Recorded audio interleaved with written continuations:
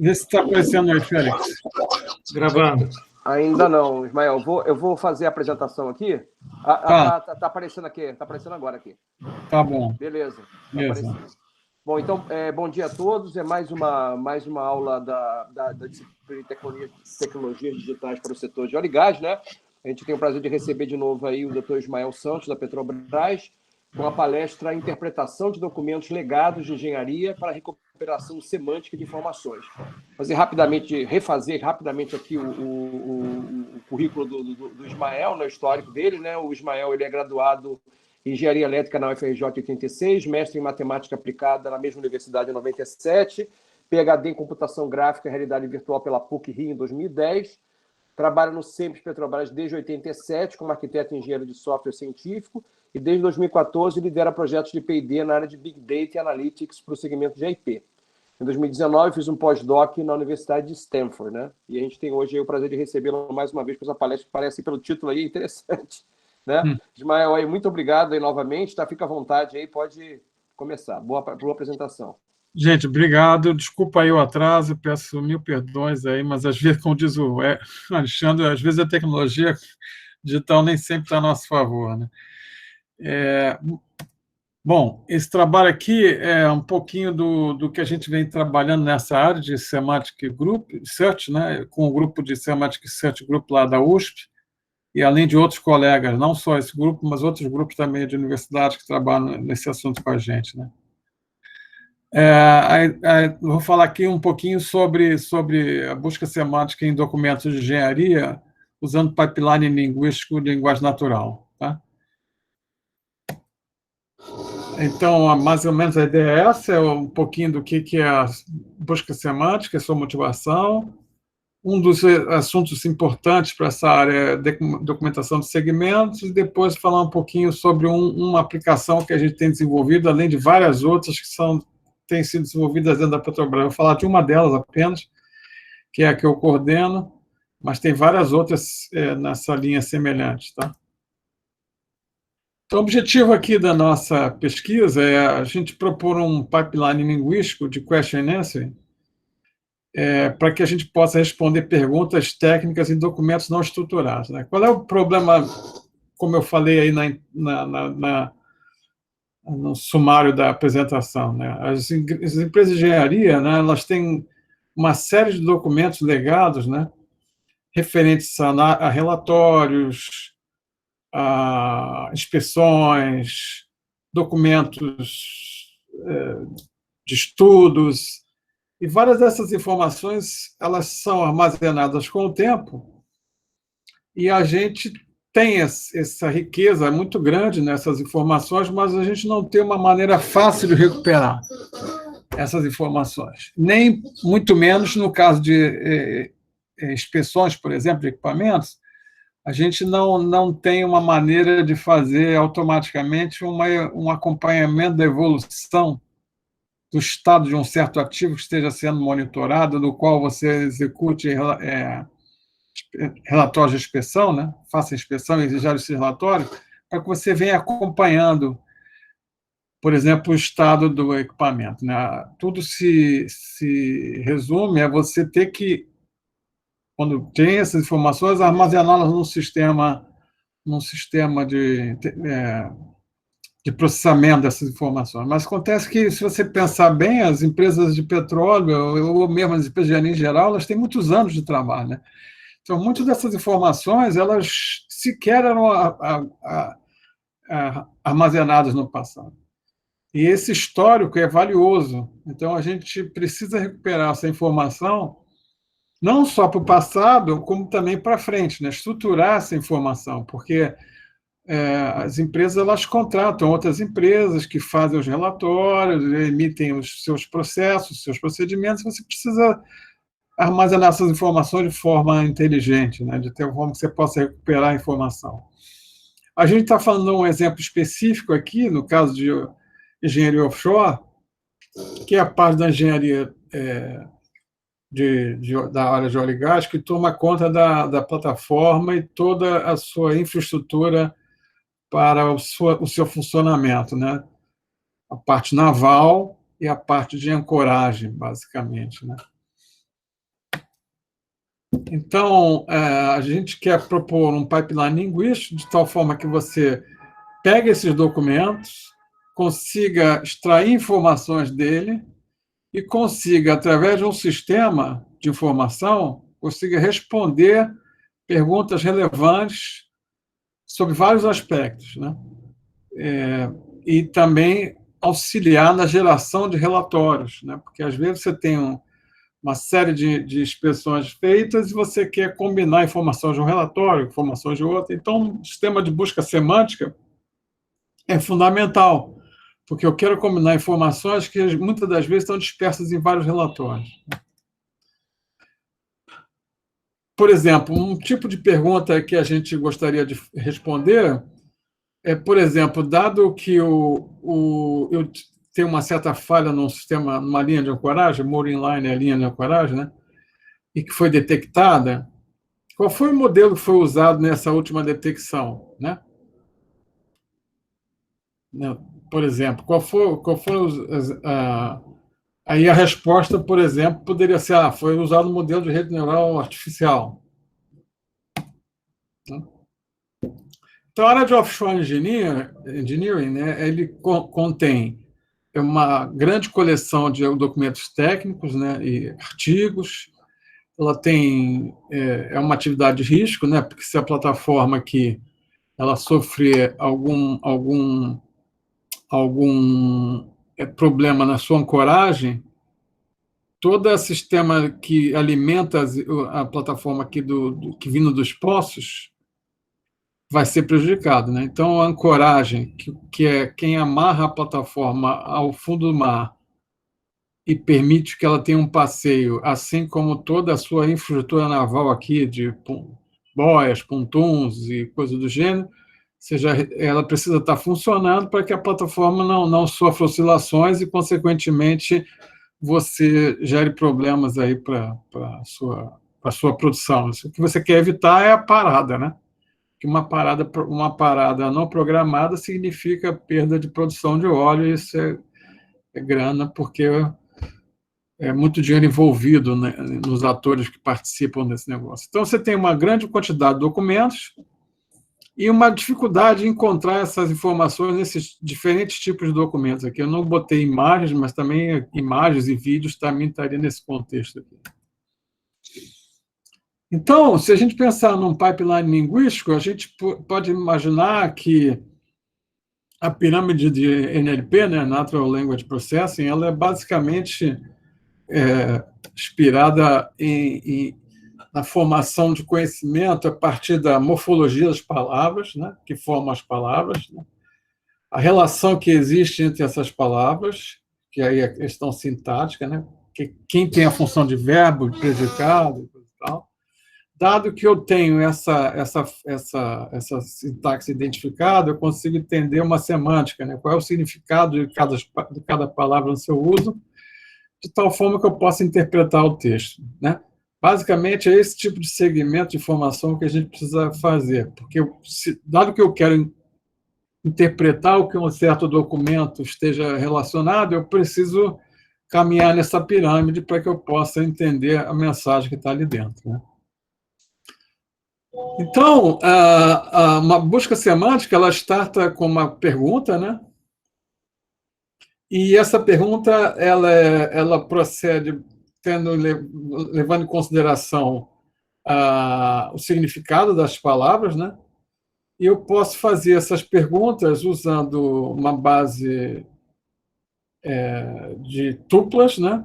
Que eu vou falar um pouquinho mais na frente aí.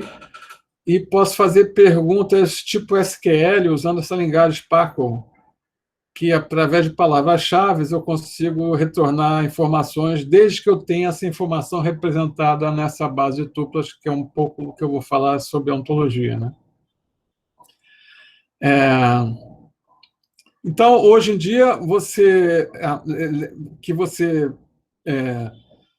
teria que fazer, dado o seu domínio de conhecimento, você representar a informação das relações entre os objetos no seu mundo, né, que é a ontologia, né, dizer quem se relaciona com quem, qual é a relação de parentesco entre os objetos importantes. Por exemplo, uma linha de ancoragem, ela pertence a um sistema de amarração da plataforma. Um sistema de amarração, além da linha de ancoragem, também tem os tanques de lastro, também tem as amarras, tem várias outras informações, né? E cada um desses objetos eu tenho uma semântica que o descreve e a sua função. Se eu tiver essa descrição do meu domínio e eu tiver um texto, eu posso tentar descobrir naquele texto de quem que eu estou falando do meu domínio de conhecimento e, consequentemente, interpretar semanticamente o que aquele texto tem, né? Basicamente, dado que eu tenho uma frase qualquer, eu consigo saber quem está fazendo papel de sujeito, predicado ou verbo naquela frase e tentar identificar sobre que situação aquela frase está falando. Por exemplo, se for um evento, um acidente, eu vou descobrir lá que a relação de um acidente é causado por um evento e um objeto do sistema de ancoragem derivado de algum fenômeno temporal, né? Por exemplo, uma velocidade de vento muito alta, ou uma onda muito alta, ou um conjunto de condições ambientais muito elevadas, né? Tanto onda, corrente e vento. E aí, se eu tiver essa informação mapeada na minha ontologia, eu consigo fazer uma relação entre o texto que a frase menciona e aquela informação semântica que está contida naquele texto para que eu possa responder quem foi o causador de um certo evento, né? Porque aí eu vou dizer, foi as condições ambientais daquela data com aqueles valores lá excessivos que excederam o limite de estabilidade lá da plataforma. Então, a necessidade de você ter uma descrição semântica da informação é fundamental. Vai ficar um pouquinho mais claro, um pouquinho mais na frente aí. Bom, o projeto que a gente está desenvolvendo, ele basicamente tem um engine de busca, ele tem todo um pipeline linguístico que eu vou comentar aqui, desde a informação da pergunta, até o seu tratamento, até a pesquisa na ontologia, até a resposta, né? Lembra, nós estamos falando de um sistema de information retrieval, né? De retorno da informação, só que com um aspecto semântico. Eu não quero... Se eu tivesse no banco de dados, eu fizesse uma query SQL lá qualquer, para que eu possa descobrir ter o retorno, eu tenho que saber exatamente sobre que tabelas eu estou pesquisando e tenho que fazer as junções, os selects sobre informações na tabela, sobre algum comportamento. Aqui a situação é um pouco diferente. Eu não sei a tabela específica de que eu vou trabalhar, e essa modelagem via tabela não é muito adequada, porque eu tenho conhecimento. Então, dado uma pergunta, eu tenho que extrair naquela pergunta sobre que elementos eu estou falando, que a gente chama de Entity Recognition, quer dizer, descobrir quem são as entidades que aquela frase está mencionando, e saber qual é a relação entre cada entidade, que é o Relation Extraction. Se eu souber essas duas informações, né, eu sei quem é o objeto que eu estou falando, né, o Entity Recognition, ou os objetos, né, ou os objetos, e saber a relação que existe entre eles, eu vou na ontologia e vejo, bom, qual é o caminho que existe entre cada objeto e cada relação na minha ontologia? A partir desse caminho que existe na ontologia, eu vou nos dados que alimentaram essa ontologia e trago os resultados, né? É como se fosse uma pesquisa em SQL, só que ela é guiada pelo conhecimento. Ela é guiada pela informação semântica que está embutida na frase. A dificuldade é entender, quando a pessoa escreve uma frase qualquer, quais são as entidades que estão ali dentro e quais são as relações entre as entidades. Essa é a grande dificuldade, né? Então, vamos lá, fazer um exemplozinho aqui para falar um pouquinho mais claro. Então, eu quero por exemplo, quais as plataformas vão operar no campo de Libra, né? Bom, a primeira hipótese que a gente faz é que essa resposta existe nos documentos que eu estou procurando. Se ela não existir, não tem como eu responder essa informação, né? Então, o primeiro processo do pipeline que tem que ser feito é eu exatamente descobrir quem são as entidades que eu estou falando. No caso aqui, vocês veem que as entidades que estão sendo mencionadas aqui é plataforma e campo de Libra, né? E a relação é operar, né? Irão operar. Então, se eu descobrir na frase, e a gente vai falar um pouquinho sobre as técnicas de reconhecimento na frase e nas frases em geral, como é que eu reconheço as entidades, como é que eu reconheço as relações, eu consigo ir na ontologia, fazer uma expansão daquela identidade, da entidade, e, por exemplo, descobrir que quando ele está falando de Libra, ele também quer falar de Libra ou Mero, porque Libra, por exemplo, mudou de nome. Libra não é mais Libra. Então, tem documentos antigos que chama campo de Libra e documentos novos que se chama campo de Mero. Então, quando eu vou fazer uma pesquisa nos meus documentos, para fazer a recuperação da informação, eu tenho que buscar informações que tenham tanto Libra quanto Nero e todas as informações que estão relacionadas ao campo de Libra ou campo de Mero. Portanto, ele vai trazer aqui 3 FPSOs que estão operando hoje no campo de Mero, que já foi Libra no passado, quando estava no início da sua descoberta, onde foi lançado o Pioneiro de Libra, e depois que a descoberta foi considerada comercial, mudou-se o nome do campo para Mero. Então, já temos mais 2 plataformas no campo de Mero, que é o Guanabara e a Sepetiba, e outras virão. Outro exemplo aqui. Bom, gente, por favor, se alguém não tiver entendido o que eu estiver dizendo, pode perguntar aí, viu, Félix? Qualquer coisa você me apoia aí, que eu não consigo ver quem estiver procurando, tá? Perguntando. Pode deixar, João. Então, outra pergunta, por exemplo, poderia ser assim: quais as linhas da plataforma P25 tiveram recomendação de substituição de cabo de aço em 2018, né? Típica informação importante para o cara que quer saber, né? Eu quero saber se eu estou em 2020, está na hora de eu fazer novamente a substituição, eu quero saber quais as últimas que foram feitas, né? E saber, por exemplo, quais as que estariam na linha para serem feitas, né? Estariam, vamos dizer assim, na época de serem feitas. Com certeza não seriam os de 2018, porque, em geral, essa troca de cabo de aço é de 5 em 5 anos, né? Bom, cada ativo tem uma regra, né? Então, aqui, de novo, começamos pelo mesmo princípio. Eu tenho que reconhecer quais são as entidades. No caso aqui, as entidades são as linhas de ancoragem de uma certa plataforma, né? Então, eu tenho uma entidade, linha de ancoragem, plataforma P25, e tenho uma ação, né, que é a recomendação e substituição de cabo de aço, e uma relação possível aqui é que ocorreu em 2018. De novo, dado essas informações aqui das entidades e das relações que eu estou procurando, eu vou na ontologia, descubro que linhas é um sinônimo de linha de amarração e, portanto, faço uma expansão daquela pergunta à minha base de documentos para ela me dizer quais dessas linhas de amarração tiveram substituição de cabo de aço em 2018. E aí ele vai trazer aqui um número X de linhas que sofreram essa modificação. Uma das 12 linhas lá, essas 5 linhas aqui da plataforma. E você vê aqui, essa informação ela estaria disponibilizada num relatório exatamente dizendo isso. Então, para esse tipo de...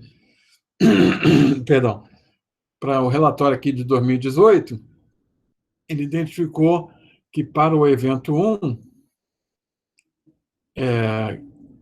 foi as recomendações para a linha 1 foram 1, 2 e 3, ou seja, 2 é recomendação de substituição do cabo de aço. Além de ela ter sofrido recomendação de substituição das amarras de topo, e o 3 foi recomendação de substituição da amarra de fundo, né? Isso foi para a linha 1. Para a linha 2, ela teve a recomendação de substituição de cabo de aço e recomendação de substituição da amarra de fundo. E assim vai. Dado que eu descobri essas informações, eu posso, se eu tiver essa informação que está de forma não estruturada, mas de alguma forma, que eu não falei ainda, a gente vai pegar esse documento aqui e estruturar ele com base na informação semântica que eu falei antes, que é a ontologia, eu consigo descobrir que, por exemplo, as linhas 1, 2, 3, 6 e 12 tem recomendação de substituição de cabo de aço em 2018. Assim como teriam outras recomendações em 2015. Né? Então, eu não sei se ficou claro o exemplo, mas não existe mágica. O que existe é a representação adequada da informação. Nós vamos entender um pouquinho mais para frente aí o que acontece. Né? Então, outro exemplo possível um outro exemplo seria, por exemplo, como alocar corretamente os custos operacionais do Plancor. Né? O Plancor é um planejamento de ancoragem que é um relatório que tem que ser feito, né? Onde é necessário que os custos sejam alocados de forma adequada para cada tipo de embarcação. A HTS são barcos de instalação submarina, e eu preciso alocar os custos de cada serviço no recurso correto para que eu possa fazer esse planejamento dos gastos e despesas para os anos subsequentes. Né? Então, tem um planejamento de inspeção, né? Em algum lugar existe uma definição das inspeções que foram feitas. Isso alimenta um grande plano, chamado Plano Plancor. Né? O Plancor ele tudo que vai ser feito de inspeção e parecer técnico que vai ser gerado, e com isso você planeja tudo que você tem de despesa para o ano seguinte, planejamento anual, né? Ciclo plano. Feito isso aqui, eu planejo todos os meus gastos que eu vou ter para o ano seguinte. Né? Isso tudo é documento Excel, documento PDF, né? Que é um documento que são gerados por várias gerências diferentes. Durante a execução, né, no ano em que o plano está sendo executado, por exemplo, eu fiz o planejamento de 2021 para 2022. Durante 2022, eu tenho que fazer o acompanhamento da execução anual. E dado que uma certa inspeção for realizada, eu tenho que alocar ela nos custos do ativo correto. Né? Então, esse é um processo bastante complicado, porque a Petrobras tem mais de 70 plataformas, são várias inspeções são feitas mensalmente, então é um processo meio complicado. Né? Então, esse sistema do Plancor aqui poderia ser a ideia nossa, isso é um projeto que ainda não está em vigor, mas a ideia seria, dado o documento que descreve o Plancor, eu entro num sistema de recomendação em função daquele tipo de inspeção que vai ser feito, eu descubro qual é o centro de custo mais provável e isso atualiza o Plancor lá de tal forma que essa prestação de contas fique mais precisa. Né? Em vez do engenheiro lá ter que procurar milhões e milhões de códigos para alocar os custos e perder horas fazendo um relatório como esse, e muitas das vezes até uma apropriação incorreta de custos, ele pode fazer uma apropriação mais adequada. Né? O problema da alocação de custos inadequados é que você não consegue ter uma boa previsão dos seus custos e nem ter uma otimização da sua carteira. Se você não contabiliza o que você gasta de forma precisa, você não consegue otimizar melhor a sua carteira para os anos subsequentes. Então, essa alocação de custos é é um processo de engenharia fundamental em todas as atividades de engenharia em geral. Aqui nós demos um exemplo de alocação de recursos em cima de um planejamento feito, mas isso é um problema genérico, né? Não é só da área de ancoragem, é um problema de engenharia em geral. Bom, então, hoje em dia, a companhia, no caso a Petrobras aqui, ela já tem várias iniciativas nessa área aí, né? Mas todas elas são baseadas em busca de palavra-chave, né?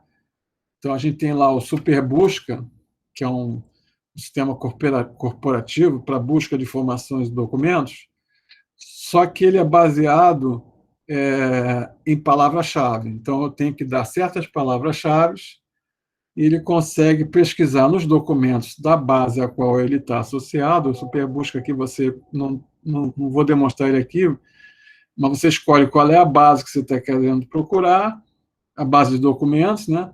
E você coloca palavras-chave e ele vai lá procurar as informações e me trazer os relatórios que têm a ver com aquela palavra-chave. Esse exemplo aqui não está dando para enxergar muito, mas era alguma coisa do tipo... imagino que você tem a palavra mar na pergunta aqui. Aí ele trouxe, um dos relatórios que ele trouxe foi a análise do fundo do mar via testemunho, né?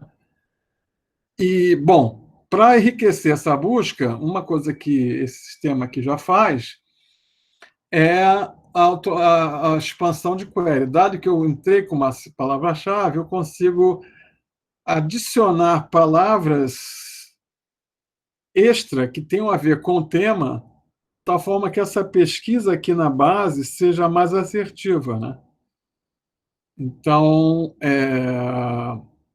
eu posso ter uma chance maior de retornar documentos relevantes para a minha pesquisa, semelhante ao que a busca feita no Google, né? Que faz muito parecido com o que nós estamos falando aqui, só que tem uma questão semântica por trás lá também. Então, o que a gente está propondo no Simples é baseado em um outro projeto anterior ao nosso, que começou fazendo isso.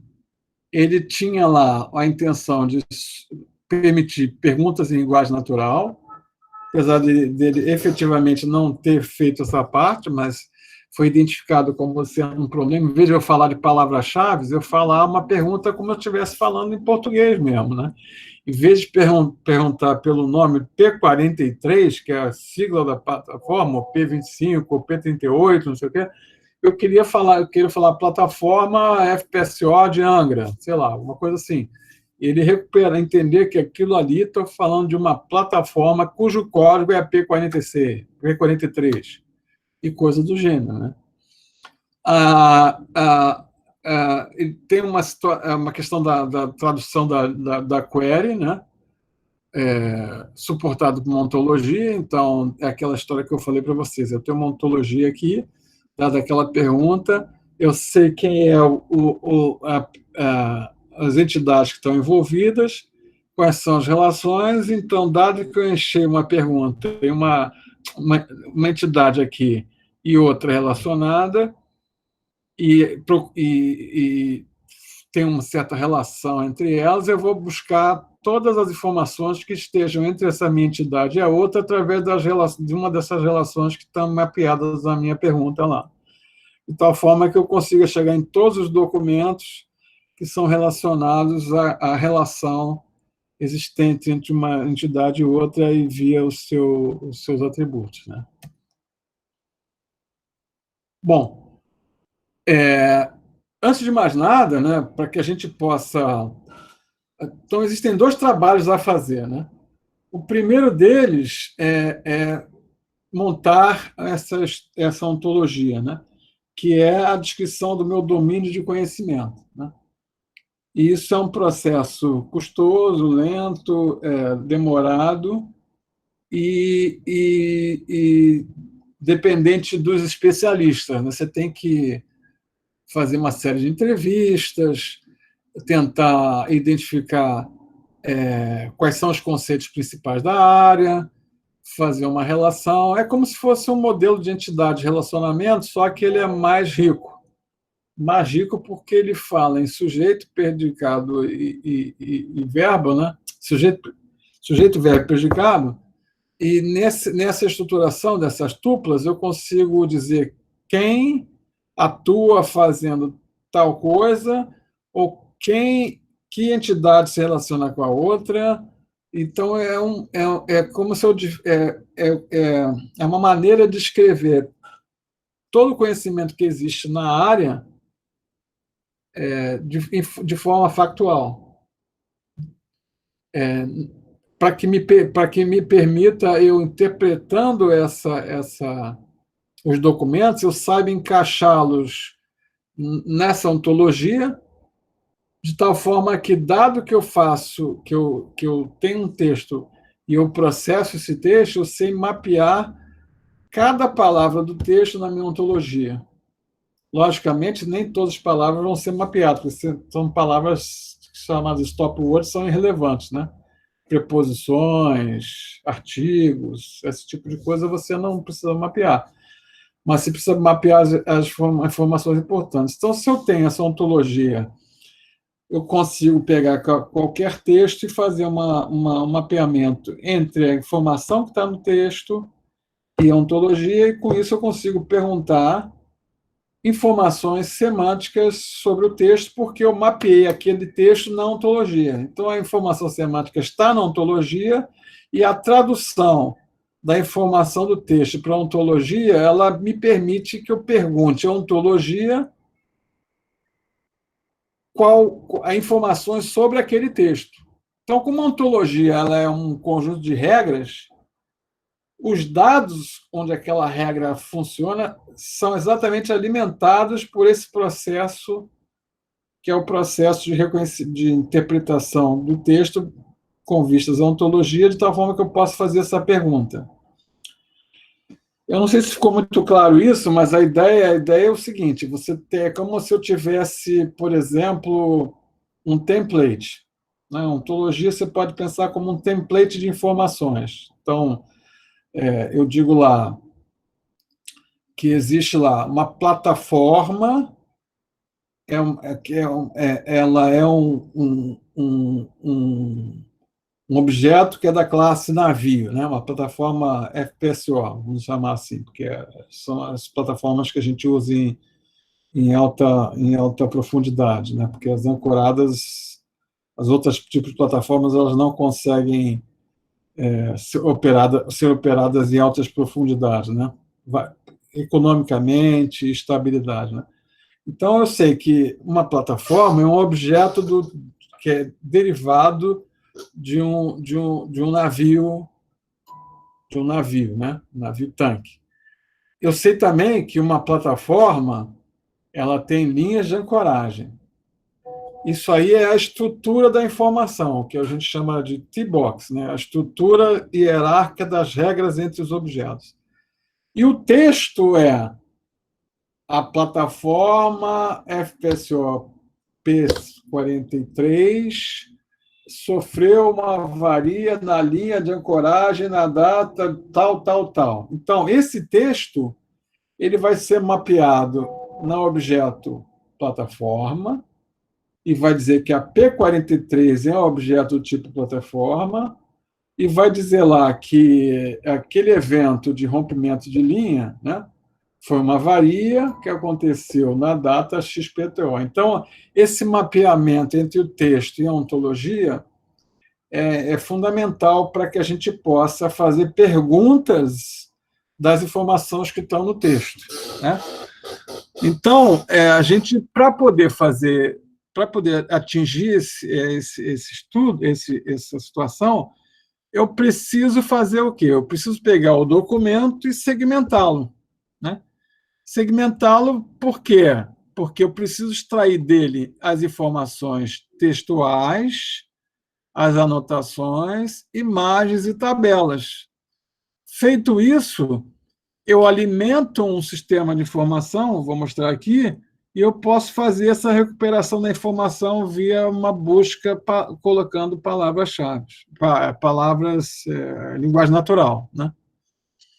Bom, quais são os desafios? Então eu quis dizer, para recapitular aqui, como eu não vejo a cara dos colegas, né, dos alunos, eu não sei se as pessoas estão entendendo ou não. Então, ou eu tenho feedback ou eu vou assumindo que está sendo entendido. Então, eu estou no seguinte estágio. Eu preciso de definir uma ontologia, né? Isso é um problema em si, né? Eu não vou falar dele agora, mas eu tenho o segundo problema, que é, dado o texto, como é que eu traduzo esse texto para dentro de uma ontologia? Aí eu pergunto a vocês, quem tem alguma ideia de como isso pode ser feito? Posso fazer pergunta aqui, Félix, ou não posso? Claro que pode. Pode sim. Só para eu entender, só para eu entender se eu estou sendo pouco claro ou nada claro. Então, a minha pergunta para vocês é o seguinte, dado que eu falei, tem que construir uma ontologia, né? Beleza, isso é um problema à parte. Dado que eu tenho ontologia construída, vou falar isso mais na frente depois, o que eu tenho que fazer para pegar um texto e como é que eu posso fazer perguntas sobre essa ontologia? Essa é a minha pergunta.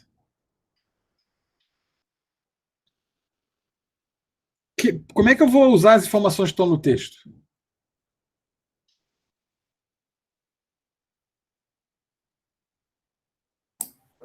Fazendo a representação numérica do texto? Pois é, eu não diria numérica, eu diria uma representação do mapeamento das informações que o texto tem na ontologia, tá? Não necessariamente numérica. Nós vamos entender onde entra o numérico aí de alguma forma, mas na realidade não é numérico, é métrico, é do ponto de vista de espaço vetorial, mas eu vou falar isso daqui a pouco, tá? Comparando as representações, a representação do texto com a representação da ontologia, no caso. Mais ou menos isso. Um pouco mais simples do que você está pensando, porque eu vou falar um pouquinho disso, mas é basicamente isso. Eu tenho que pegar aquele texto e mapear ele dentro da ontologia, né? Então, eu vou precisar reconhecer algumas informações lá dentro, né? Então, a primeira coisa que eu tenho que fazer é pegar o meu documento, né, e extrair informações dele. Então, por isso que apareceu o termo aqui, Document Segmentation, né? Então, se eu não conseguir extrair informações do texto, eu não consigo alimentar a ontologia, né? Ou seja, os fatos que a ontologia descreve, né? Porque a ontologia, eu falei, é um template. Alguém tem que popular esse template com as instâncias, né? que é o texto, né? Então, essa população, esse ato de popular as informações da ontologia com o texto é o que a gente está querendo, a gente vai fazer com o que a gente chama de document segmentation, né? Ou seja, eu vou pegar um documento, partir ele em pedacinhos e pegar cada informação dessas e colocar de uma forma que eu possa alimentar a ontologia depois. Na realidade, a gente vai alimentar mais do que uma ontologia, porque você vê que você tem aqui tabelas, imagens e anotações, que são informações adicionais, além das informações textuais que eu quero salvar. Às vezes eu quero saber as informações de um certo ensaio, as tabelas que foram feitas lá na inspeção, por exemplo, ou as imagens de inspeção que foram geradas, né? Bom, os desafios da área de documentação de segmentos é a falta de um padrão para os formatos de texto, né? Tem milhares de relatórios em formatos diferentes.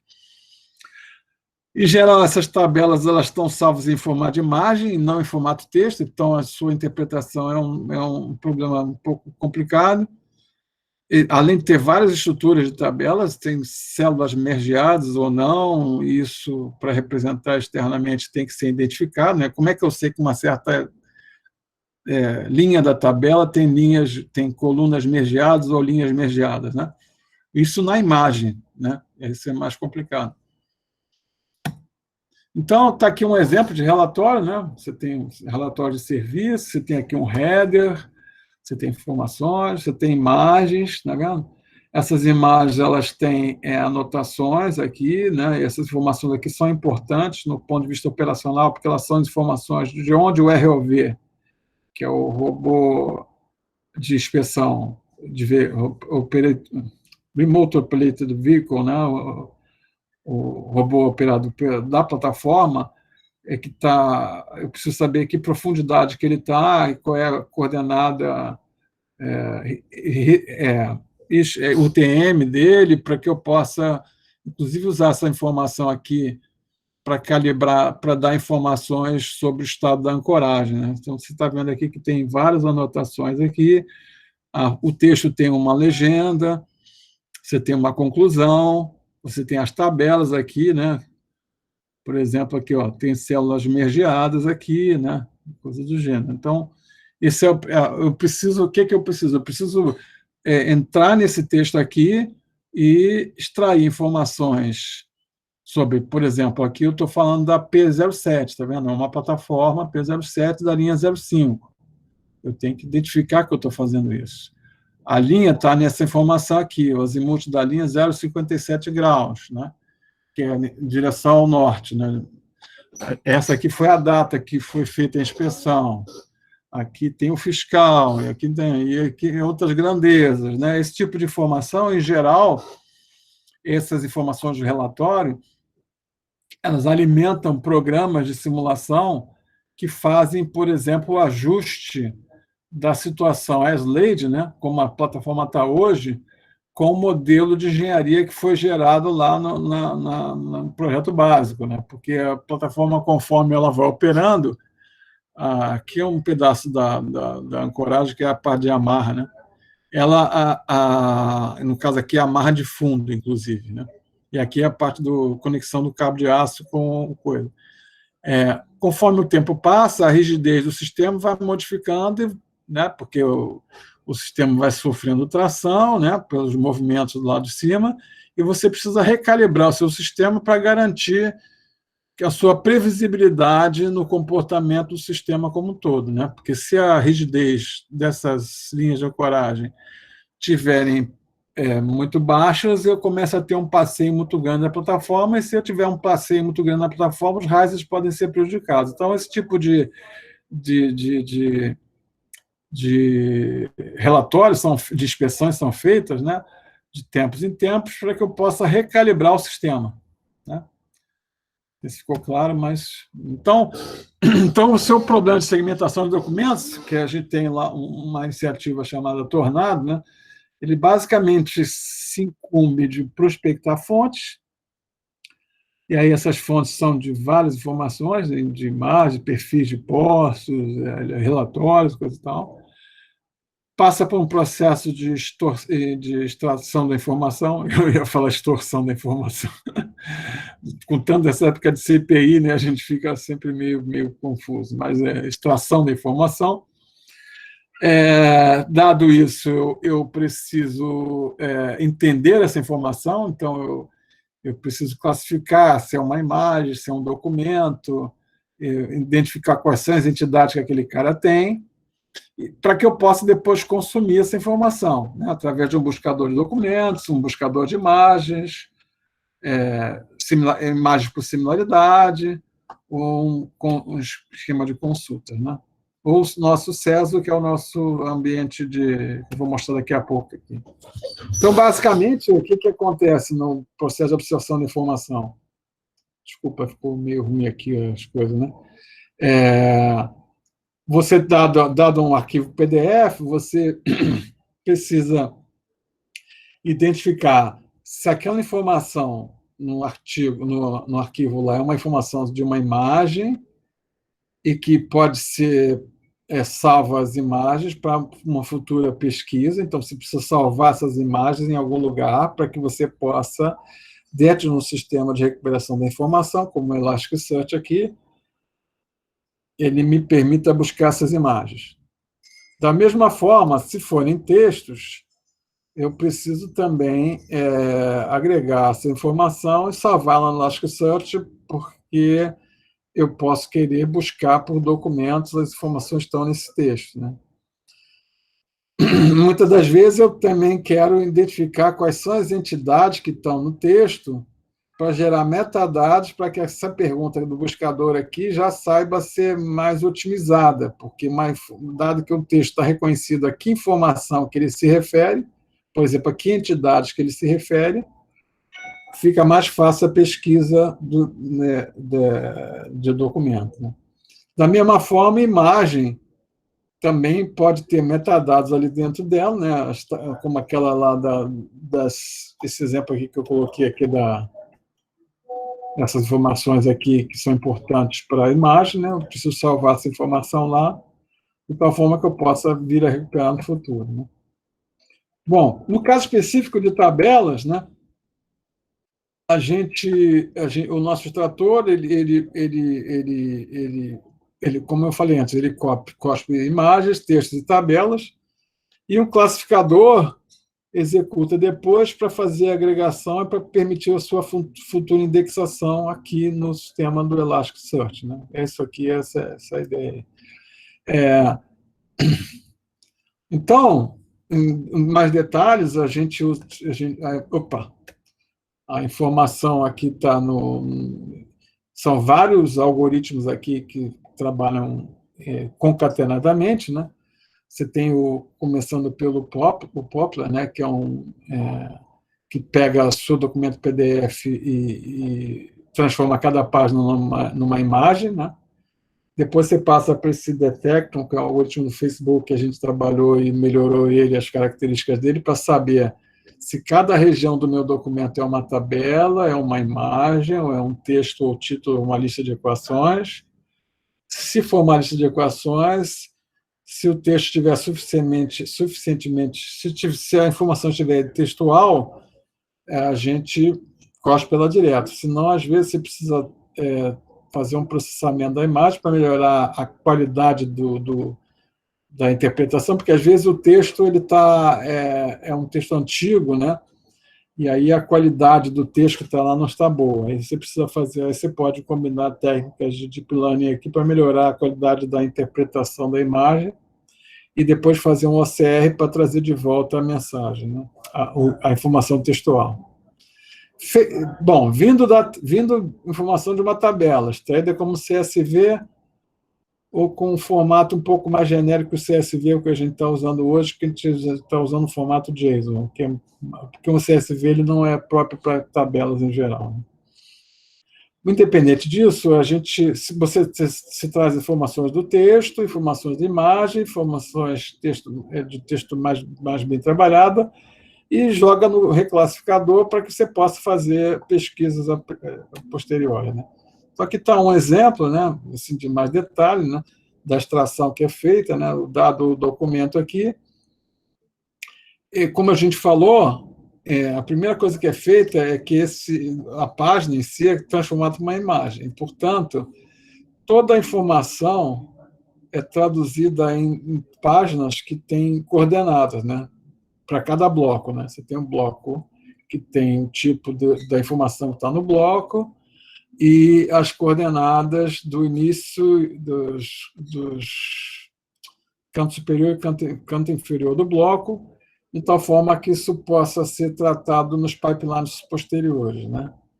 Isso aqui é fundamental para que eu possa fazer a distinção sobre que informação tem em cada bloco, tá? Bom, isso é representado aqui no XML na saída, dizendo lá, então, esse aqui, ó, esse cara está dizendo que nesse bloco aqui, o bloco 5, né, ele tem uma informação que é uma tabela.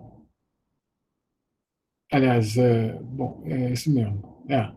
E essa tabela foi salva lá no arquivo CSV bloco 5, que tem essa cara aqui, ó, coluna 1, coluna 2, com essas informações aí, né? Tá? Então, basicamente aqui foi uma repetição do que já estava lá, agora que eu percebi, né?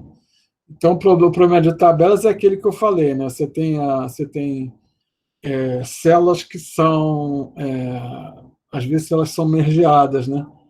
Por exemplo, qual seria a informação que é válida aqui para galinha, né? Faca está associada com cachorro, gato está associado com macaco e cavalo, mas galinha está associada com macaco ou com zebra, ou com ninguém? E cavalo está associado a galinha ou não? Está associado a zebra ou não? Quer dizer, essa interpretação aqui que é coisa dependente de interpretação, né? Bom, outro problema é que a própria informação em CSV ela não é representativa, né? Bom, esses são desafios que a gente tem trabalhado, né? A gente gerou, então, várias... para o nosso detector de documentos aqui, para chegar numa imagem como essa, eu preciso informar para eles vários exemplos, né? Porque o troço é baseado no detector, que é um modelo de deep learning, para fazer esse aprendizado. Para fazer esse aprendizado aqui da segmentação, né?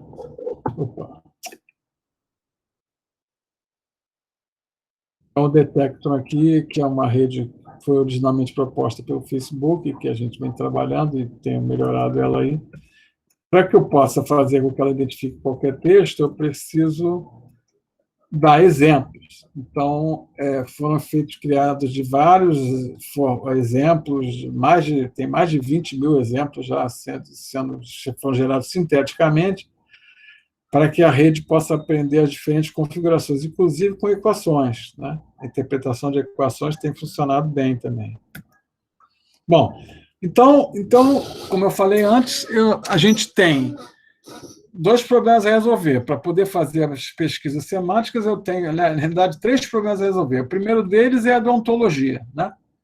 Dado que eu tenho um domínio de conhecimento, eu tenho que criar a informação desse conhecimento, a representação desse conhecimento. E uma das maneiras de você fazer uma representação de conhecimento é através de uma ontologia, ou falando de maneira mais genérica, menos rigorosa, uma base de conhecimento, né? Uma base de conhecimento é uma coisa mais fraca que uma ontologia, mas poderosa também, porque ela não só fala ela fala um pouco das relações, mas ela fala de sinônimos, de antônimos, de palavras que têm os mesmos radicais. Então, uma base de conhecimento, eu diria que é, no mínimo o básico para você poder fazer qualquer pesquisa. Uma ontologia, em geral, ela é uma informação mais rica e ela me dá mais recursos. Mas não é fácil você criar uma ontologia, porque, primeiro, se você vai representar todo o conhecimento da área, talvez você não termine nunca. E segundo, porque você depende dos especialistas para fazer essa modelagem, né? Não é trivial você fazer essa modelagem da ontologia, se não for um especialista. Então, você depende dos especialistas. Às vezes, por falta de tempo útil dos especialistas, a gente começa com uma base de conhecimento que ela vai ajudando as coisas a me permitir. Naquele exemplo, típico exemplo que a gente usa, pode ser usado como uma base de conhecimento, é uma informação, por exemplo, de que Libra e Mero são sinônimos.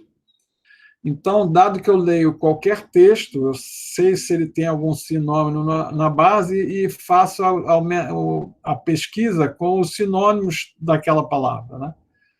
Então, eu não preciso ter uma ontologia para descobrir quem são os sinônimos. Eu posso ter uma estrutura de informação menos rica, como, por exemplo, uma base de conhecimento, para que eu possa fazer uma extensão da pesquisa e ter uma maior chance de trazer os documentos relevantes na minha pesquisa de volta.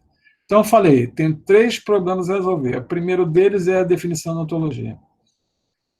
O segundo deles é a segmentação dos documentos, que a gente acabou de mostrar aí, porque eu preciso extrair cada informação dessa aqui, de uma tabela, ou de um texto, ou não sei o quê, e colocar essa informação no meu sistema de reclassificação, né? Porque, como eu falei antes, a gente representa as informações num sistema de busca, né? Que é um sistema que basicamente, o Elasticsearch ou o Solr, eles são basicamente sistemas baseados em palavra-chave.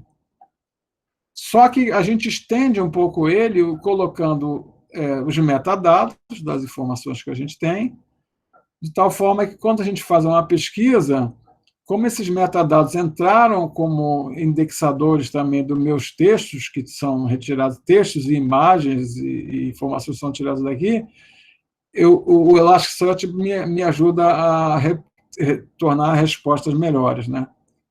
Observa, eu não estou fazendo a pesquisa só pela informação textual, eu estou fazendo a pesquisa também pelas informações dos metadados que eu identifiquei, né?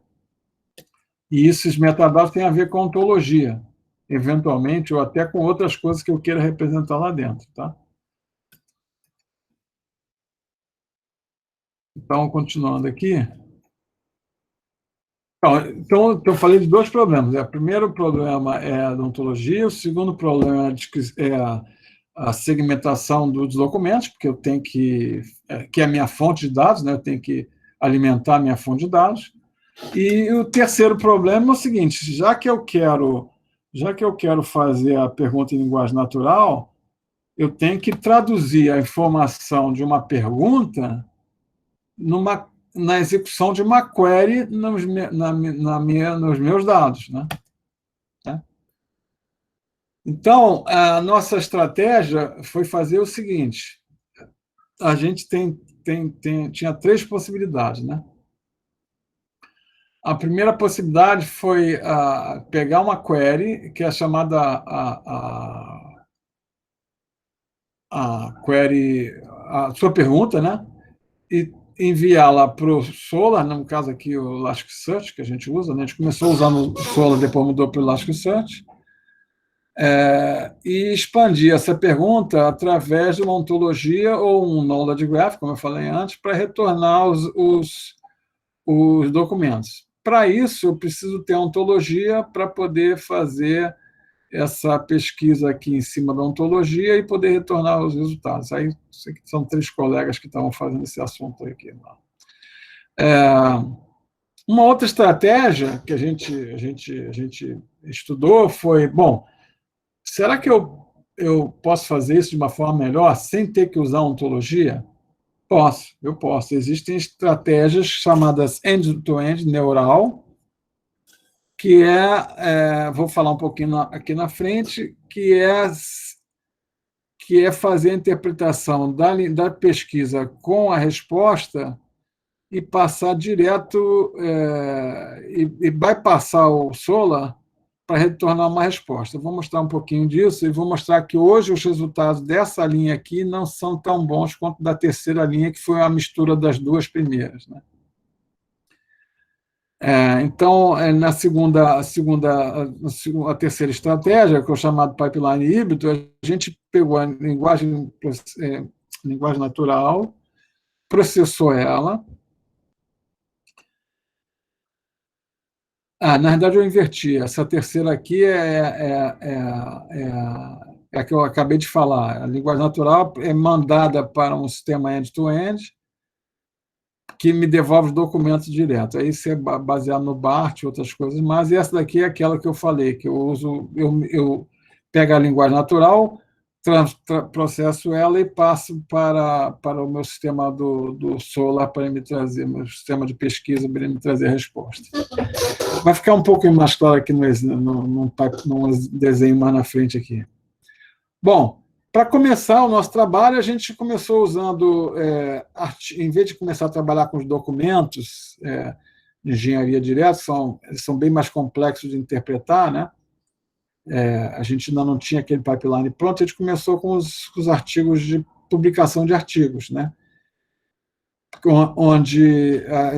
Da área, né? Específico de offshore, né?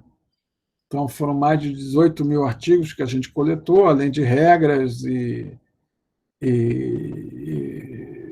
livros e informações sobre o domínio da área, né?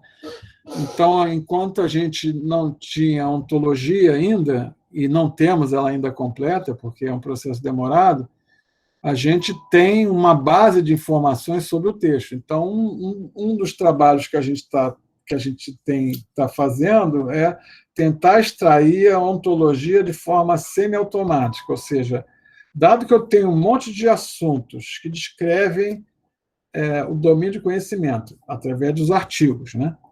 E esses artigos eu consiga interpretar as informações que estão lá dentro, eu consigo inferir inferir de forma semiautomática a ontologia. Isso é um tema de pesquisa ainda, não é assunto de doutorado ainda, mas já tem gente trabalhando nessa área aí, né?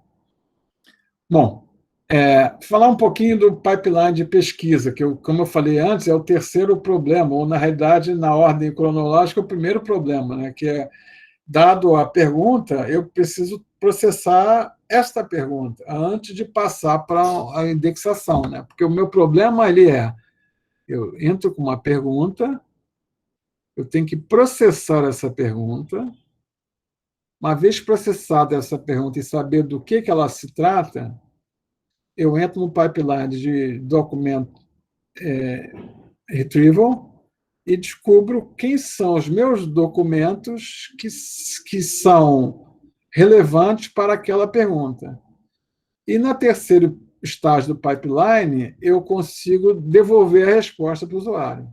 Então, o usuário está aqui nesse lado, ele faz uma pergunta, eu preciso processar essa pergunta para que eu possa usar as informações dessa pergunta na fase de recuperação dos documentos e depois eu preciso, na terceira fase de extração da resposta, né, responder ao usuário. Aí eu pergunto para vocês, que tipo de coisa eu tenho que fazer aqui no processamento da pergunta?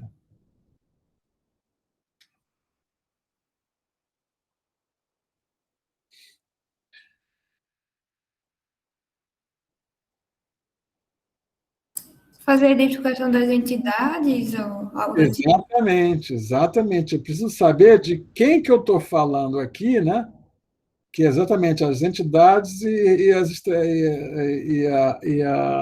as relações entre elas, para que eu possa, primeiro, saber que eu estou falando de uma certa entidade, por exemplo, se eu estou falando de plataformas, e se existir algum índice que fala das plataformas, eu tenho que esse índice tem que ser levado em consideração para recuperar as informações, né?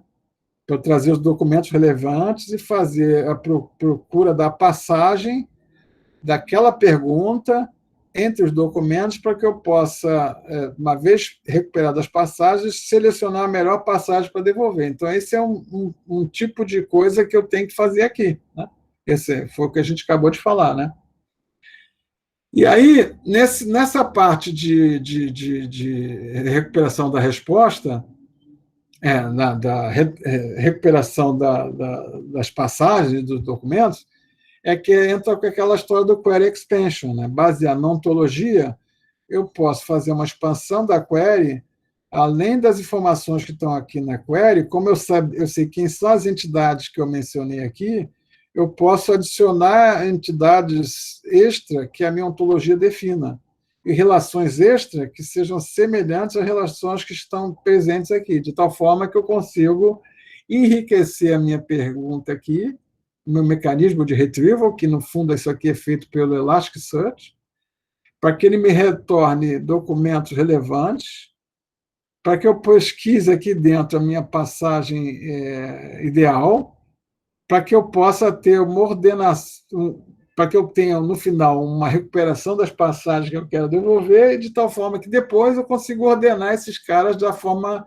segundo um ranqueamento qualquer, né, de acordo com o tipo de pergunta que eu fiz também, né.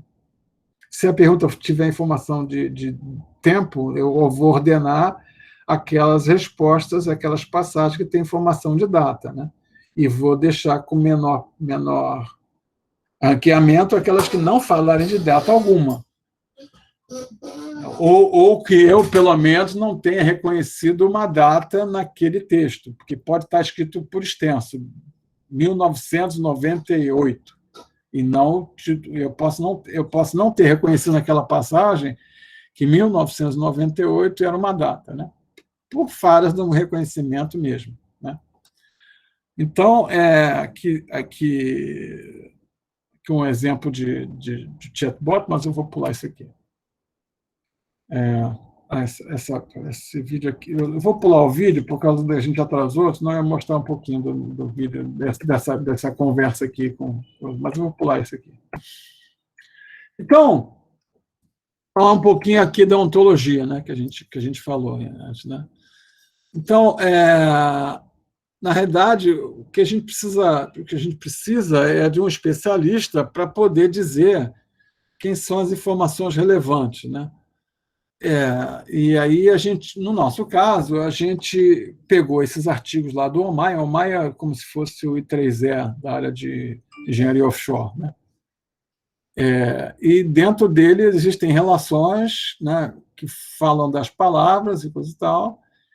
Então, a partir do texto, eu consigo criar relações taxonômicas entre entidades ali no OMAI, né? A partir dessas relações taxonômicas, eu consigo construir fatos e relações que vão alimentar a minha ontologia, né? Por exemplo, Moore's lines são usualmente, uma frase do tipo, Moore's lines são usualmente feitas de qualquer coisa, no caso aqui, poliéster. Isso pode ser colocado numa ontologia como uma representação formal, né? Então, o pipeline, basicamente, é esse. Sendo sempre, você vai vendo as informações que você tem, ou informações factuais que você saiba, que o especialista te dê, você vai montando essas informações, né, que é sujeito, verbo e predicado, né, e aí você vai montando a sua ontologia dessa forma, né? Bom, aqui estão os artigos que eu já tinha mencionado, né? E as perguntas factuais que a gente... antes de chegar propriamente dito na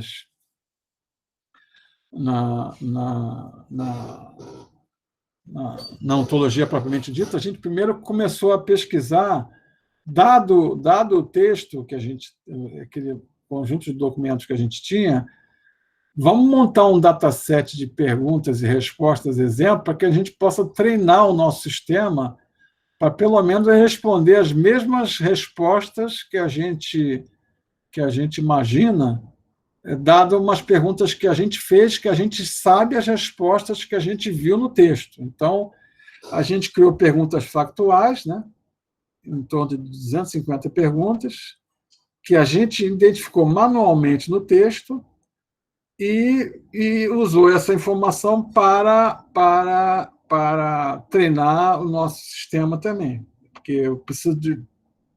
no mínimo, como eu estou falando de um sistema de recuperação da informação, eu espero que essas perguntas, que se eu colocar essas perguntas como exemplo, ele me dê uma resposta parecida com a que eu escolhi, ou pelo menos que a que eu escolhi esteja entre as respostas que ele dê, né? E pode ser até que isso a gente, nas medidas que a gente fez, a gente viu que existem outras respostas mesmo em outros artigos, né? Porque você tem 18 mil artigos, então a gente viu que tinha respostas em outros, da mesma pergunta tem resposta em mais de um artigo. Então, mas o que é importante é que o que a gente selecionou como resposta tinha que aparecer também, senão tinha alguma coisa errada, né? Então, isso é como se fosse um benchmark, né? Então, um exemplo aqui que a gente começou, um dos exemplos que a gente fez foi uma pergunta em linguagem natural. Veja que eu não estou falando de palavra-chave nenhuma aqui, estou falando de um texto, né? Qual é a temperatura mínima, a diferença de temperatura mínima requerida para a conversão de energia térmica oceânica, para que aconteça a conversão de energia térmica oceânica. Então, aqui tem um texto lá, num certo artigo, de Ocean Thermal Energy Conversions, é um método para fornecer energia usando diferença de temperaturas entre a superfície e o fundo do mar, para ser utilizado de forma eficiente, a diferença tem que ser no mínimo 20 graus. Para atingir essa condição, é necessário instalar um riser de fluido, blá, blá, blá.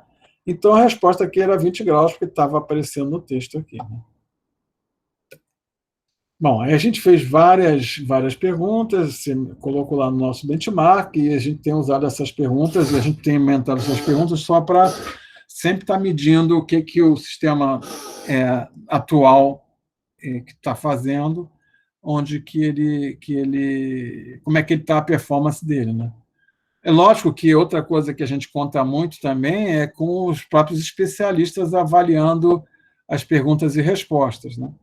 Só que eu não tenho o tempo integral dos caras, é pouco, então a gente precisa ter uma espécie de data augmentation aí, que no caso é question answering augmentation, para que eu possa fazer. No caso, a gente fez na mão, né? Mas a ideia é fazer gerações automáticas de perguntas e pesquisa de respostas também semi-automáticas para melhorar o processo de treinamento do sistema que a gente vai ver daqui a pouco, né? Outro aspecto importante na hora de montagem da ontologia é a tal da montagem das relações factuais, né? Então, por exemplo, olhando os textos, a gente percebeu lá que Mooring e Fatigue Life representavam entidades, né? Então, um sistema de ancoragem inclui Mooring Lines. Então, está aqui uma relação lá que foi incluída na ontologia, porque isso aqui se repetiu 13 vezes aqui num certo conjunto de artigos. Hoje não fez a pesquisa com muitos artigos aqui para começar as coisas, né? Então, qual era a função do Coupled Dynamic Analysis? Era capturar o processo de dumping que existe nas simulações quando eu trabalho com as linhas de ancoragem. E por aí vai, uma série de informações foram colocadas, né? E isso tudo foi colocado aqui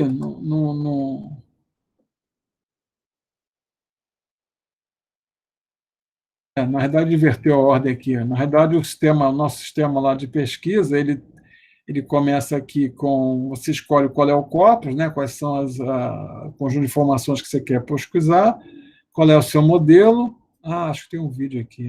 Tá. E aí ele vai te devolver a passagem onde aquela pergunta aconteceu e também onde efetivamente o parágrafo onde aquela passagem aconteceu e efetivamente a resposta e o documento no qual ele foi encontrado. E aqui o cara faz um ranqueamento lá, na opinião dele, da qualidade da resposta, né? Acho que aqui... Vai tocar o vídeo. No próximo.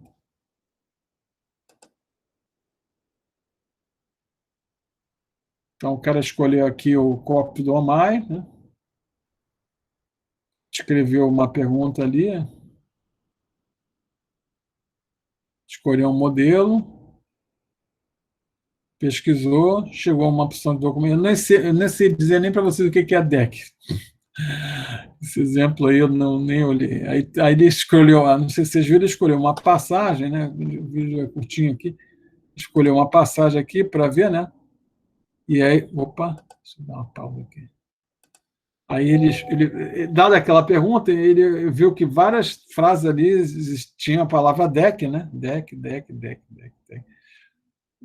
No caso aqui, DEC teria que ter uma função de entidade aqui no negócio, né?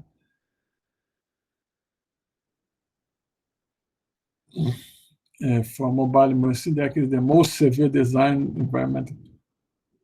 Tá aqui, ó. DEC é Design Environmental, desenho das condições ambientais especificadas pelo... Parará. É um termo específico lá da área. Aí o cara seleciona aqui o coisa, né? Selecionou a pergunta. Ele aparece lá a passagem. Tá, passagem. E a passagem está dizendo aqui: It's possible that one component failed that the assessment would be for a permanent emergency, the return period of the DEC is specified by this guide, parará.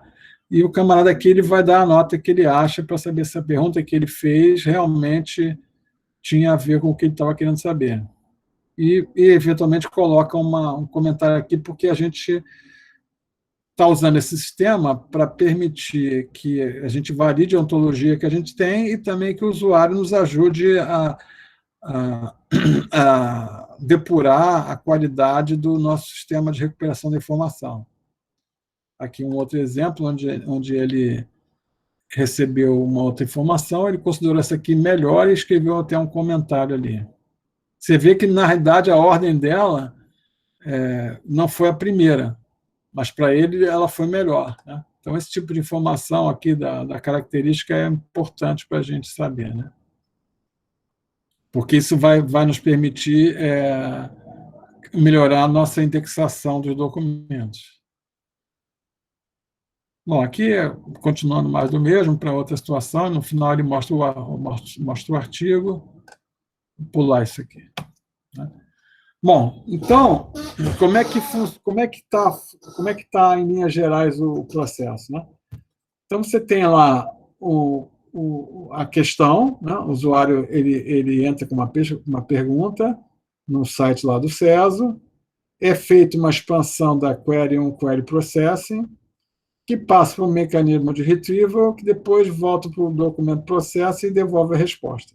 Né? Então, o cara entra com uma pergunta, de que são constituídos os sistemas de ancoragem?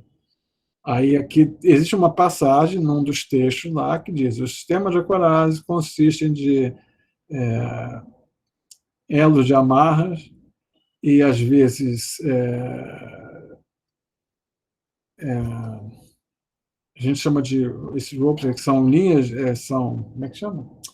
São linhas de poliéster, formando um shape de catenária com peso excessivo. Não. Na verdade, você pode formar um sistema de âncoras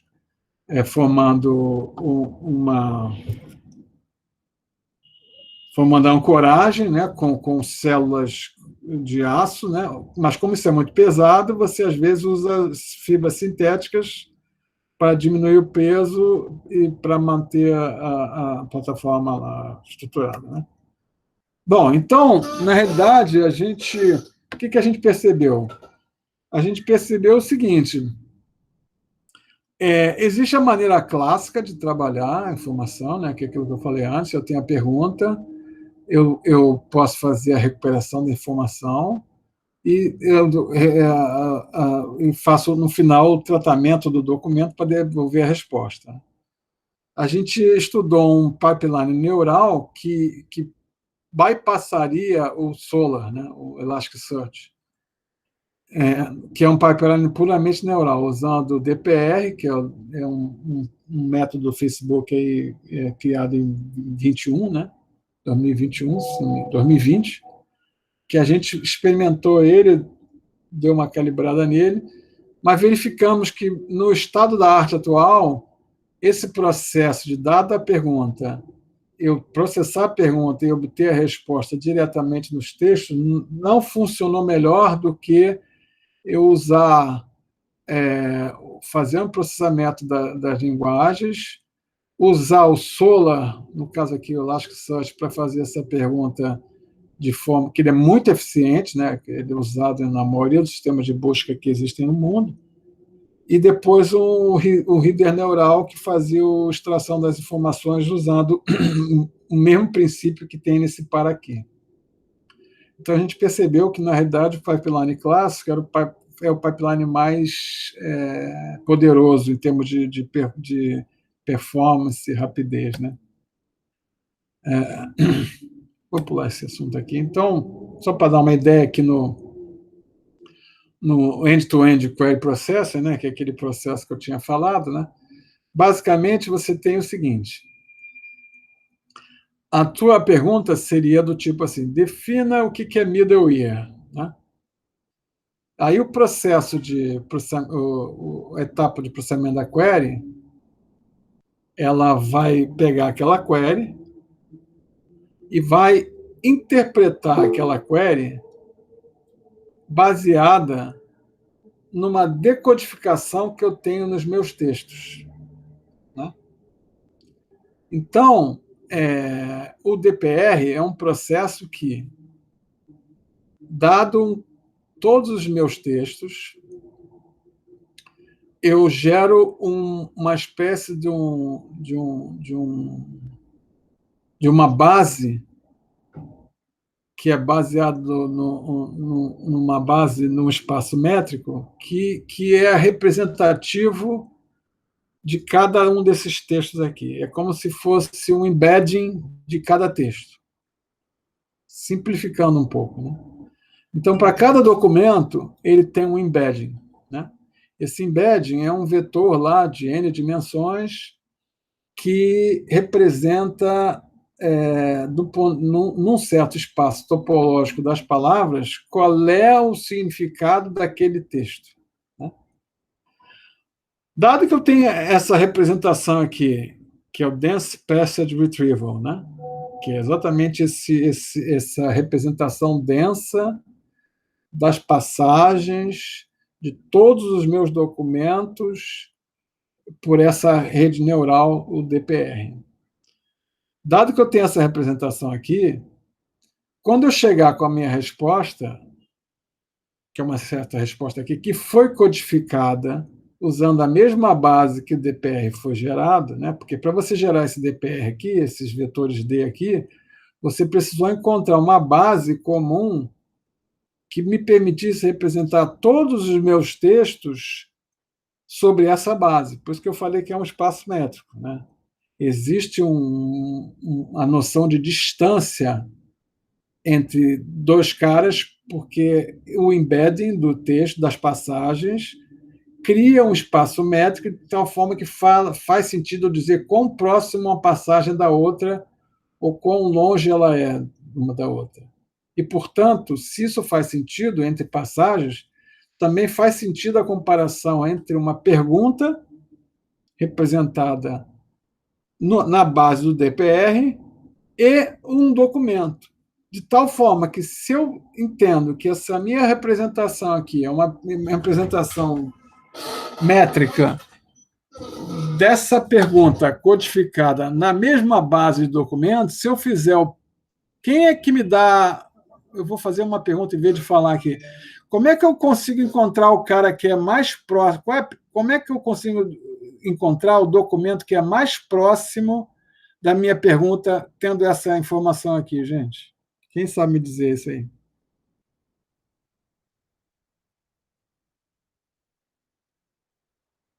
Se alguém acertar essa, é porque eu fui feliz na minha explicação.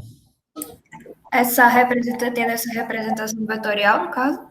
Exato. Se eu fizer o produto interno entre esse vetor Q aqui, cada um desses documentos aqui, eu vou pegar aqueles com maior produto interno e esses são as passagens que são as candidatas para serem colocadas como resposta.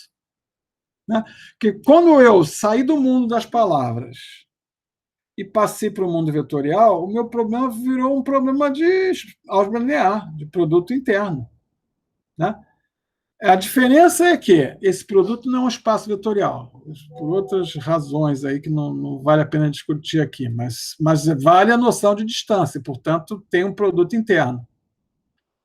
E a dificuldade que está aqui é achar o embedding. Né? E esse embedding depende de várias informações, depende de um modelo de linguagem, né? Que é aí que está o pulo do gato, porque, de alguma forma, eu tenho que dizer, por exemplo, que a relação entre França e Paris é a mesma relação que existe entre Brasil e Brasília. Né? De tal forma que esses embeddings, quando eu estiver falando de cidades e capitais, eu perguntar qual é a relação qual é a mesma relação, qual é a relação comum que existe entre França e Paris, e perguntar ele qual é a relação que existe entre qual é o cara que tem a mesma relação que França e Paris têm quando eu falo de Brasil? Ele tem que me responder Brasília.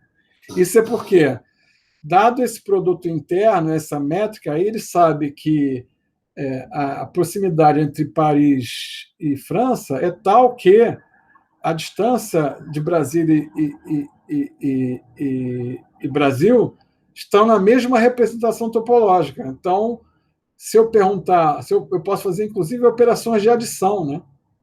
Então, se eu posso dizer que a distância entre Brasília e França, entre França e Paris, eu posso pegar a distância entre Paris e França e somar essa distância métrica a Brasil, e vou chegar em Brasília. Né? Ou seja, isso é um espaço métrico. Eu posso pegar as distâncias, obviamente, se ele for bem treinado, né? E vou chegar nas mesmas conclusões de um lado do outro. Ou seja, eu consigo ter a noção de comparação entre textos, porque eu saio do mundo que era puramente textual para um mundo que é da representação métrica da informação, que é um mundo onde eu consigo fazer a computação, eu consigo botar isso numa rede neural para ela treinar, para ela aprender. Não tem segredo, gente. É basicamente álgebra linear, mas usando características importantes, que é um modelo de linguagem que é quem descreve o significado das palavras e a relação entre elas do ponto de vista neural, né? Ô, Ismael, desculpa aí te interromper, mas já está acabando, cara. Quem já está chegando. Cara, então vamos andar mais rápido. Desculpa, Alexandre. Bom. O pessoal acho que já tem outros compromissos aí. Não. Quanto tempo tem? Quanto tempo eu tenho? Já está estourando, mas tudo. Vou correr aqui, bem rápido. Desculpa, eu não estava controlando o horário. Bom, basicamente, então é isso. Como eu falei antes, eu tenho uma entrada e tenho uma pergunta e eu quero saber quem são os caras que são mais próximos, né? Bom, e como eu falei para vocês, o pipeline que deu mais certo foi o pipeline misto, né? Porque, na realidade, eu faço uma expansão da pergunta, uso a ontologia, que eu falei aqui, que a gente tem, né? Uma monoline composta de um sistema de ancoragem, mais as amarras, mais cabos de poliéster, expando essa query, passo para o retriever e trago a informação de volta e trago aquela informação. Aqui é falar algumas coisinhas de coisa. Então, aqui tem um exemplo bem simplificado da ontologia, né? Uma monoline tem hopes, esse aqui monoline é uma entidade, location e country, uma location está associada a um country, quer dizer, um pouquinho da ontologia está aqui, de tal forma que as perguntas factuais eu consigo mapear em cima da ontologia. Quando eu falo em model é um objeto aqui da minha coisa, e monoline é outro. Então, essa relação entre eles aqui me permite que eu vá descobrir coisas do tipo que estão na ontologia, né? Outro exemplo aqui, vou pular isso, mas é só para mostrar que a ontologia vai me guiando para eu fazendo as perguntas, né? Bom, no final, o que eu preciso fazer? Eu preciso retornar as respostas e fazer um ranqueamento delas, né? Para saber como é que elas retornaram e poder botar em ordem aqui as perguntas e classificar. Então, a nossa conclusão é que os resultados são promissores, têm sido interessantes, porque a gente consegue usar a linguagem natural para fazer as perguntas, mas tem muita coisa a fazer ainda, né? A parte da query expansion tem que aumentar, a ontologia tem que crescer, e a gente tem 3 artigos publicados aí no OMAI, mas alguns que vão acontecer aí, duradouros aí, vindouros, e basicamente é isso, gente. Eu peço desculpas pelo atrasado da hora e dizer que é isso, e agradeço aí a oportunidade de estar aqui, ter falado um pouquinho para vocês do assunto. É um assunto muito relevante assim, para toda a área de engenharia, né? Então é isso. Ok. Alexandre, obrigado. Muito obrigado aí. Segunda vez, né? E abrir aí a palavra. Alguém tem alguma pergunta aí? Por favor.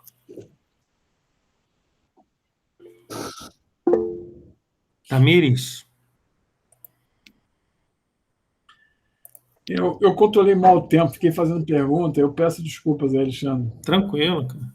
Não, tá de boa.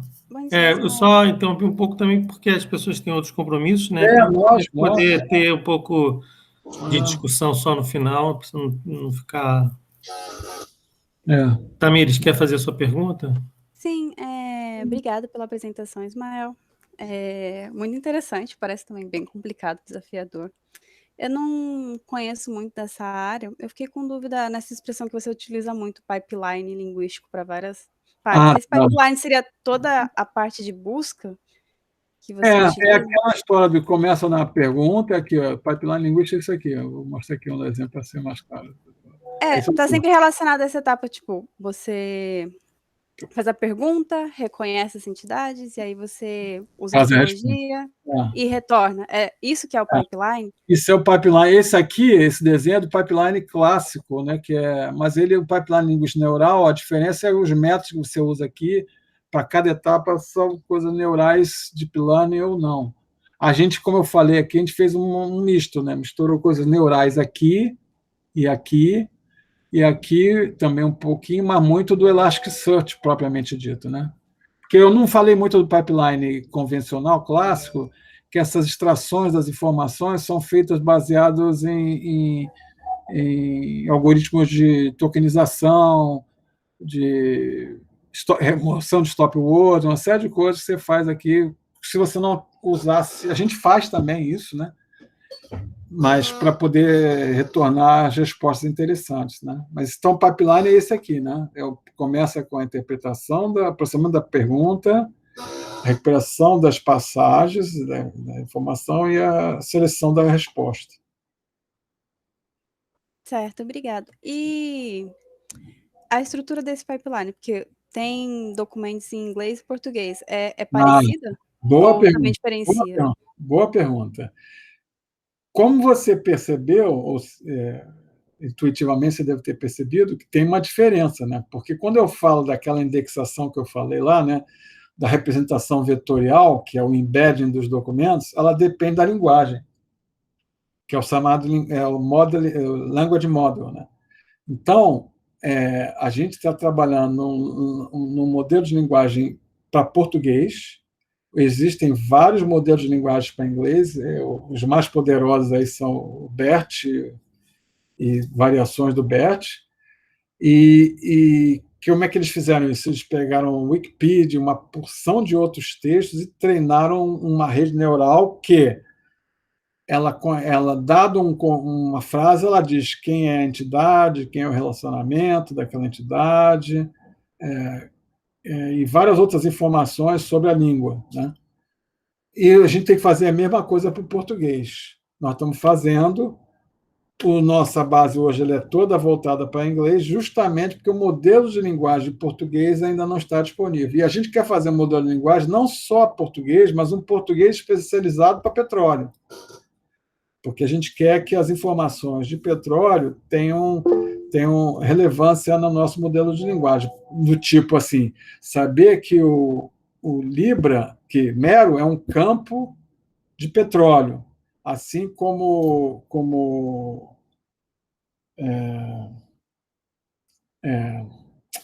Roncador é um campo, assim como, sabe, eu quero informações de contexto da nossa área também no modelo de linguagem, para que eu possa fazer essas relações de forma mais rica, né? E aí você tem toda a razão, elas não são as mesmas, e esse é o trabalho que nós estamos fazendo, que eu não falei aqui, mas também está sendo feito, que é um modelo de linguagem para português de petróleo. Sim, entendi, obrigada. Porque o que gerou também a curiosidade dessa pergunta é por causa dos jargões, que nós temos palavras em comuns, mas como você falou, a gente tem todos esses jargões próprios, que o roncador, por exemplo, é um reservatório nosso. Mas obrigado, viu, Ismael? Exatamente isso, você foi no ponto certo da questão. Sem isso, a gente não vai responder o que a gente quer, porque os nossos relatórios são muitos feitos em português, né? Eu não vou conseguir interpretar direito por causa dos termos que são falados lá dentro, que não estão na língua inglesa. Perfeito. Ok, tem a pergunta agora de... Levanta a mão. Julie? Isso. Como é que fala o teu nome? Desculpa. Julie? Julie. Ah, ok. Tá certo. Desculpa. É só porque você mencionou o BERT, né? E não teria como... Não sei se vocês estão desenvolvendo um modelo também com base na arquitetura deles e tal, algo parecido, ou se é algo realmente completamente do zero. Não. Mas daria para utilizar um modelo que tipo, é pré-treinado em várias linguagens e fazer o fine-tuning com um contexto específico da... É isso mesmo. Uma das abordagens é essa, exatamente essa. Pegar Oi, quer perguntar? Não, eu falei, legal. Não, mas é exatamente isso. A gente está pegando o BERT, porque existe o BERT treinado para toda... Vamos por parte, né? Dado que o BERT, do jeito que ele é feito hoje, o BERT básico, né, é feito para um Wikipedia com uma porção de textos em inglês. Aí o pessoal criou o BioBERT, que é o de Biomedicine BERT. Fizeram exatamente isso, um fine-tuning para estender o BERT para a área de biomedicina, para a área médica. Pegaram, além do BERT treinado com o Wikipedia, pegaram o dataset da área de medicina e fizeram lá um transfer learning, né? Mais do que uma adaptação, foi um transfer learning para fazer o conhecimento do BioBERT. E tem várias outras iniciativas aí. Então, uma das coisas que a gente está fazendo é o Offshore BERT, que é exatamente a mesma coisa. Em inglês, a gente pegou o BERT e estamos estendendo com esses textos que eu falei aí para fazer o Offshore BERT em inglês. Qual outro trabalho nós estamos fazendo em paralelo? Pegar vários textos em português, né, e fazer um BERT em português. Existem modelos BERT chamado Roberta, que é um modelo BERT genérico, que serviria para várias linguagens. Então, está partindo do Roberta para se fazer o Gilberto. O que é o Gilberto? É o BERT em português, né? Que é pegar o Roberta e adaptar para textos em português e fazer um BERT em português básico. Dado o BERT em português básico, nós vamos construir o Petrolês, que é pegar o Petrobert, melhor dizendo. Petrolês é outra coisa. O Petrolês são os textos da área de petróleo que a gente vai usar para treinar o Gilberto para transformar no Petrobert. Confuso ou não? Não. Fazer a mesma coisa que está se fazendo com o BERT em inglês, com o BERT em português, que vai ser o Gilberto, está sendo feito aqui pela PUC, pelo pessoal lá da Unicamp, já fez algumas coisas, o professor Lutufo lá, e nós vamos pegar os textos de petróleo para fazer o Petrobert. E aí vai juntar o Offshore BERT junto com o Petrobert para português. Tá? É a mesma ideia. Legal. Está corretíssimo, é nesse sentido mesmo que as coisas estão andando. Eu não falei porque era muita coisa para falar. Sim, obrigada. Ok, eu que agradeço. Ok. Bom, então, dado o adiantado da hora aí, se não tiver mais perguntas, agradecer novamente aí o Ismael. Ismael, muito obrigado pela apresentação. Eu vou colocar o vídeo lá na página lá para o pessoal. Se você puder depois mandar os slides também, Ismael. Tá bom. Nem da outra vez, eu coloco lá na nossa página. E, bom, é isso. Semana que vem, então, a gente tem a apresentação do Luiz Paulo. E agradeço aí novamente a Ismael. Vou encerrar aqui a gravação, tá, Ismael? Tá bom.